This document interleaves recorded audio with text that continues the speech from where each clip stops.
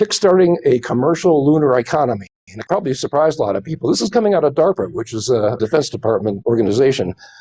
They have a thing called LunA-10, and it's meant to be a 10-year project figuring out, basically, how do we build an economy in the moon? And that's their goal, is develop an integrated architecture. Now, mainly, they're talking about a framework for it. They're not talking about actually building it themselves. This is DARPA. They don't do that. They're more putting things together than letting commercial partners actually build this stuff.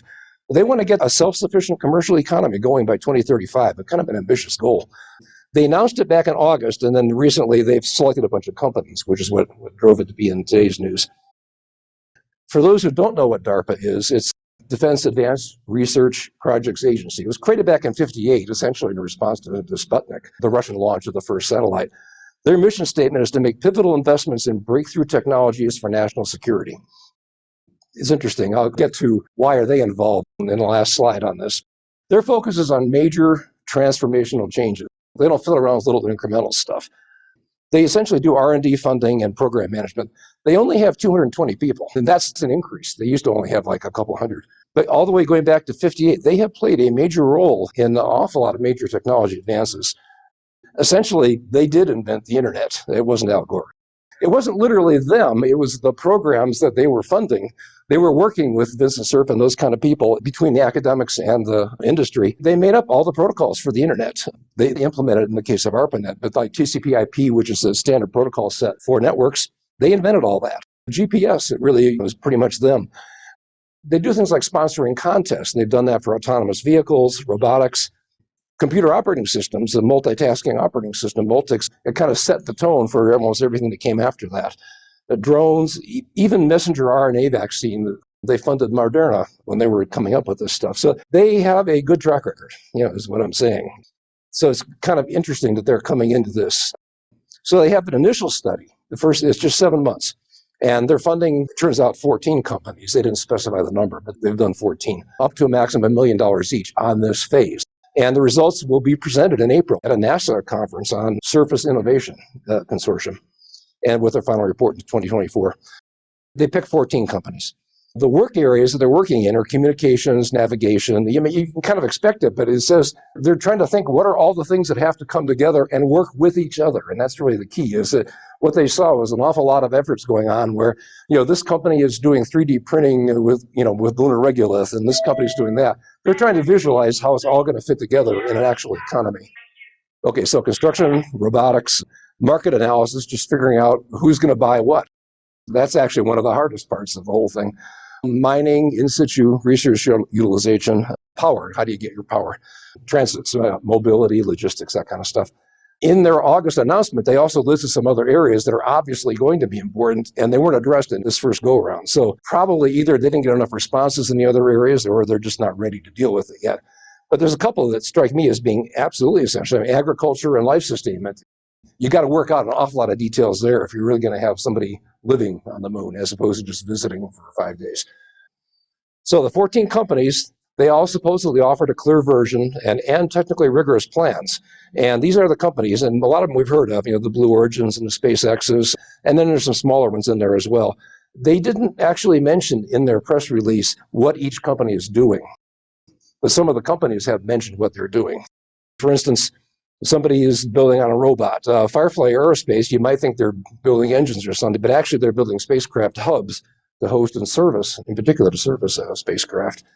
Lunar Industries is going to extract stuff from lunar regolith, mining and water and that kind of stuff.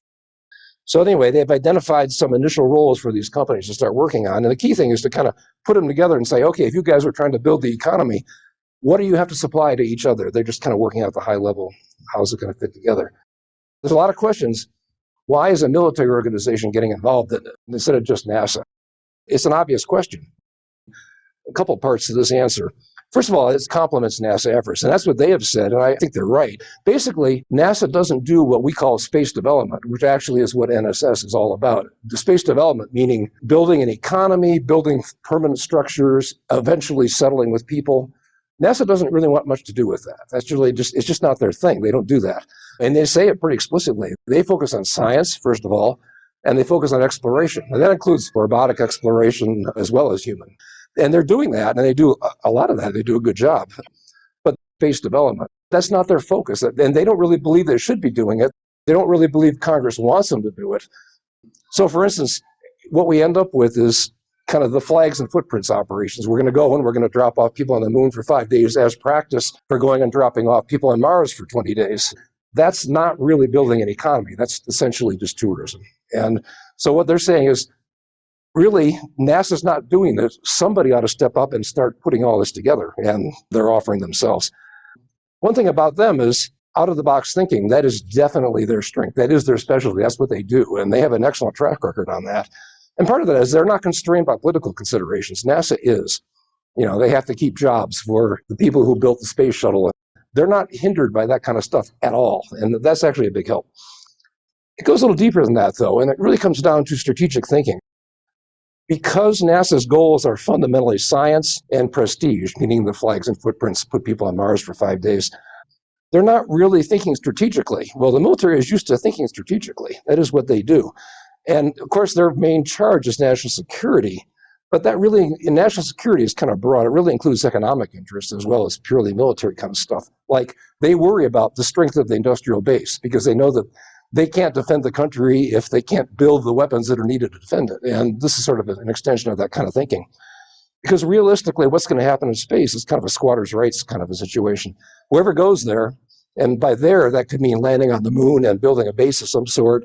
It could mean putting a space station at a Lagrange point, a place that's a natural place that doesn't require much effort to keep it in place. There's a couple of places for those, or just orbits that are strategically important. Whoever gets there first, even under the Outer Space Treaty, pretty much says they can keep it. They don't have to own it, but they can say, well, you can't really bother me. You can't come here because you'd be interfering with our operations.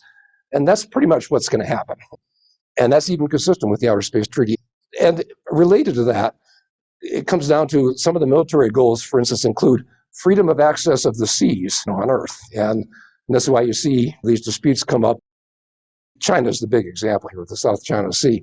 If China says, you can't go through this water without applying for a permit from us in what's clearly international waters, even by other treaties, that's what they see happening. The Chinese have pretty much said, South China Sea, we're going to do that in space. Basically the goal is fill it up with stuff and then gradually restrict others' access to use it. And so, what they're saying is, we've got to do something about that because NASA's not going to. That's not a NASA role, or at least they don't see it as their role. And DARPA, they're not violating the Outer Space Treaty in any way because they're not really building anything. They're not putting any facilities or even doing any testing on the surface of the moon. They're really just coming up with a framework, and then companies or governments will do the rest. Other space-related videos or slide presentations by me are available at the link shown here.